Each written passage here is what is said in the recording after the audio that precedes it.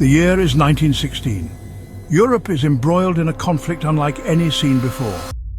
The Great War rages on, consuming nations and leaving a trail of devastation in its wake. The place, Verdun. A name that will forever be etched in the annals of history.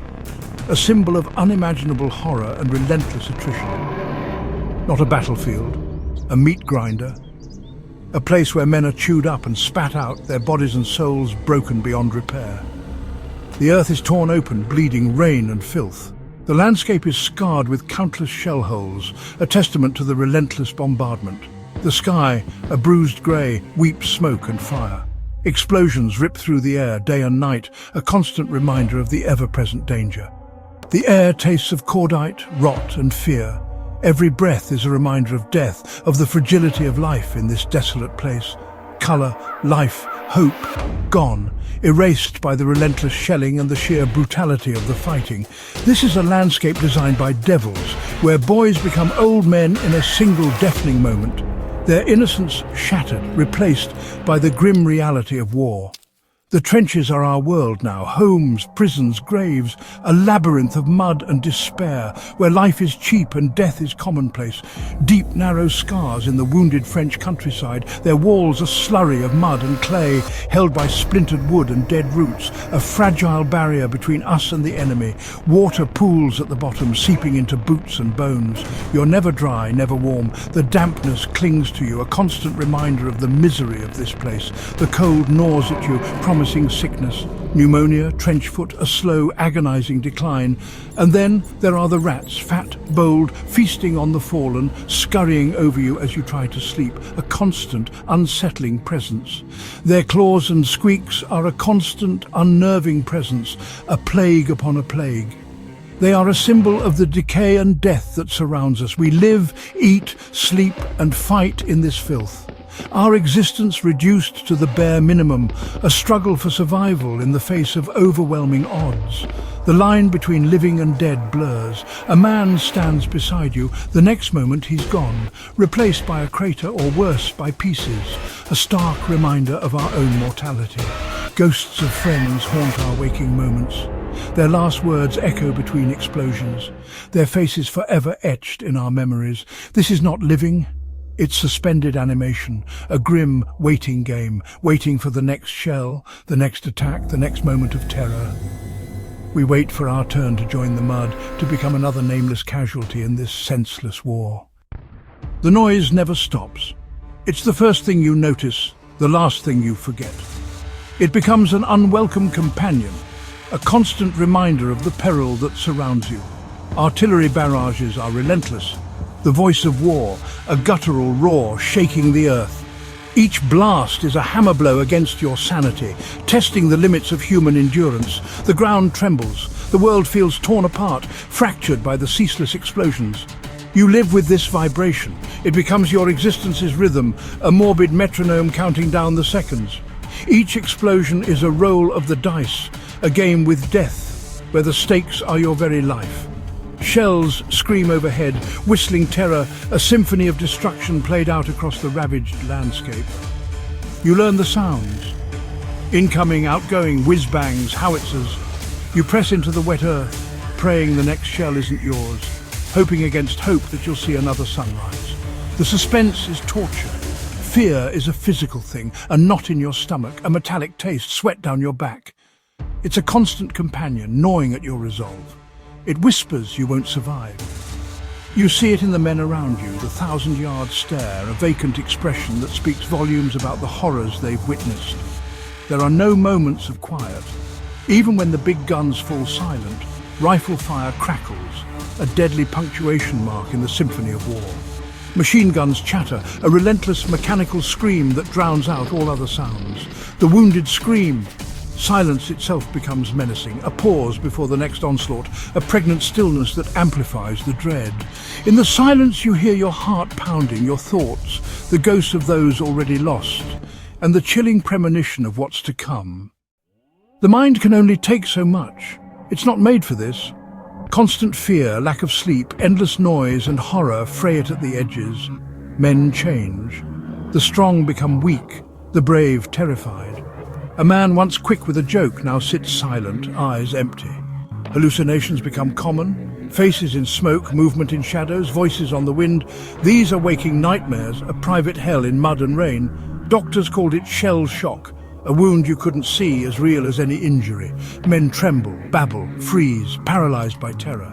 The army called it cowardice, but it was the sound of a human spirit breaking. Some men wandered into fire, others lost their memory, their sense of self shattered. The war didn't just wound bodies, it stole minds, leaving hollow shells. They were the first casualties of a new kind of warfare, a war on the mind. Letters home were a lifeline, a fragile connection to a world of peace and family, a reminder of what they were fighting for. These missives, penned amidst the chaos, offered solace and a sense of normalcy. But how do you describe this hell to those who have never experienced it? How do you convey the sheer brutality and unrelenting horror? The fear, the constant gnawing fear, the death, the ever-present spectre of death looming over every moment, the friend torn apart, a brother in arms lost in the blink of an eye. Soldiers wrote of camaraderie, the bonds forged in the crucible of war and hope, brave lies carefully constructed to protect loved ones from the grim reality. They painted pictures of resilience and optimism, even as their world crumbled around them. Sometimes, though, the truth slipped through the cracks. Letters became strange, disjointed, filled with unsettling imagery. A young soldier writes of music at night, a haunting melody only he can hear, drifting across the desolate landscape. No one else hears it. His mother reads with dread, a chilling premonition gripping her heart, sensing his mind fracturing under the immense strain. Other letters tell darker stories, tales of shadows and whispers in the trenches. A silent man in the trench, always lurking at the edge of vision, eyes like black holes, a cold presence that chills the very air around him. The NCO says no such man exists, dismisses it as fatigue, but the soldier insists, his voice trembling with conviction. These letters chronicle a descent into madness, eerie, unexplained events that defy logic and reason. A soldier swears he saw men marching in perfect formation, their faces gaunt and pale, untouched by machine guns, bullets passing right through them as if they were mere apparitions. Another feels watched, constantly scrutinized, even in the deepest dugout. Turns, but no one is there, only the oppressive darkness. These were not just war stories, accounts of battles and strategies. They were ghost stories, chilling tales of the supernatural written from the heart of a haunted land, where the veil between worlds seemed thin and fragile. The trenches bred myths, legends, ghost stories, ways to make sense of chaos. Men needed to believe something more was at play than shells and bullets. Whispers began, stories shared in hushed tones during long, terrifying nights. The folklore of Verdun, the white feather, a sign that someone in your section would die. Men watched the sky, dreading its appearance. Phantom sounds, a mess, tin clattering, weeping in an empty dugout. Boots on shattered duckboards. The dead were not truly gone, their presence lingered. Men called out to friends, met only by silence. The dead were everywhere, buried in trench walls lying unrecovered in no man's land. Soldiers saw ghostly shapes of comrades standing at posts or sitting on the fire step. These spirits were not violent, just lost, trapped, replaying their last moments. The living and the dead shared the trenches. Sometimes it was hard to tell which was which. Of all Verdun's legends, one stood above the rest, the phantom soldier. His story was told on every front, details shifting, but always the same core. A solitary figure walking through artillery barrages, unhurried, unafraid, untouched. Some said he was the first soldier killed, doomed to walk forever. Others called him death itself. He moved with deliberate grace, bullets and shrapnel passing through him. He was an omen, a supernatural presence. Letters and diaries tell of sightings. A lone figure walking through fire, never falling, never flinching.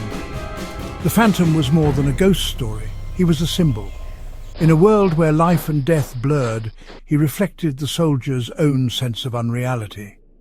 Seeing him confirmed the madness of war. The war ended, the guns fell silent.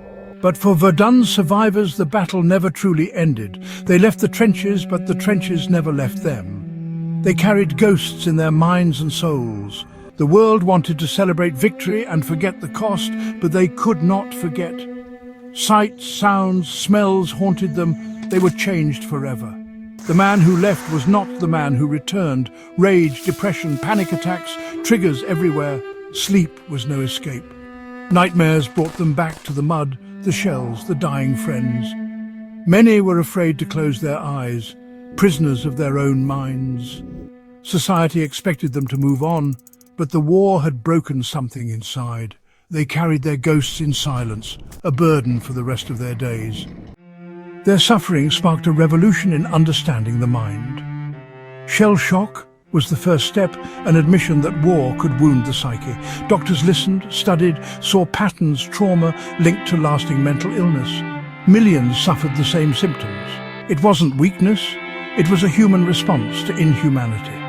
The scale of suffering forced medicine to look deeper to find real answers. Shell shock became combat fatigue, then war neurosis. Later, wars solidified our knowledge. The ghosts of Verdun paved the way. Scientists learned trauma rewires the brain, traps a person in fear. Finally, post-traumatic stress disorder, PTSD. The name gave voice to silent suffering, validating every veteran called a coward. The journey from Verdun's mud to PTSD was long paid for by shattered minds. Today, more than a century later, Verdun is quiet. Forests and wildflowers cover the scars, but the ghosts remain in rusting barbed wire, unexploded shells, endless cemeteries.